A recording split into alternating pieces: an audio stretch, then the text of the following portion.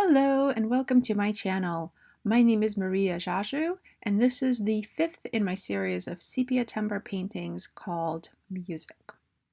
Now if you haven't watched my previous videos, Sepiatember is a challenge that I invented for the month of September on Instagram.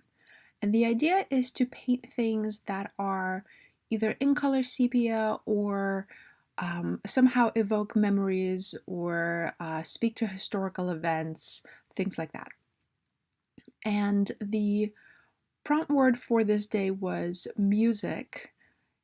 And I remembered being a little kid and learning how to play piano. Piano has always fascinated me. I love musical instruments, but piano holds a very special place in my heart.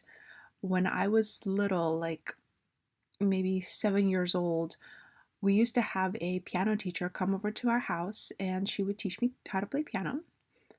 And I was a terrible student. I did not want to practice in the days between the classes. I did not want to really learn to do this really well.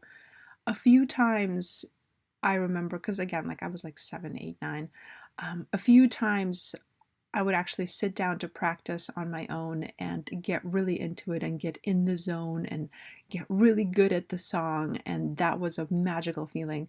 But when my parents offered me to quit, I immediately took them up on that offer. I was like 9 years old and that was my first quitting. And I've actually regretted it ever since. So a few years ago, I bought a keyboard.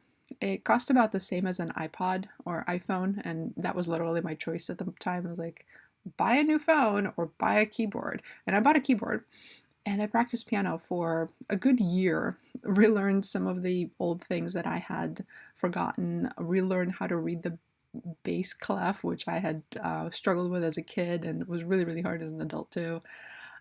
And I had a fantastic time until eventually I moved clear across the country and had to put my my piano in storage. But this feeling of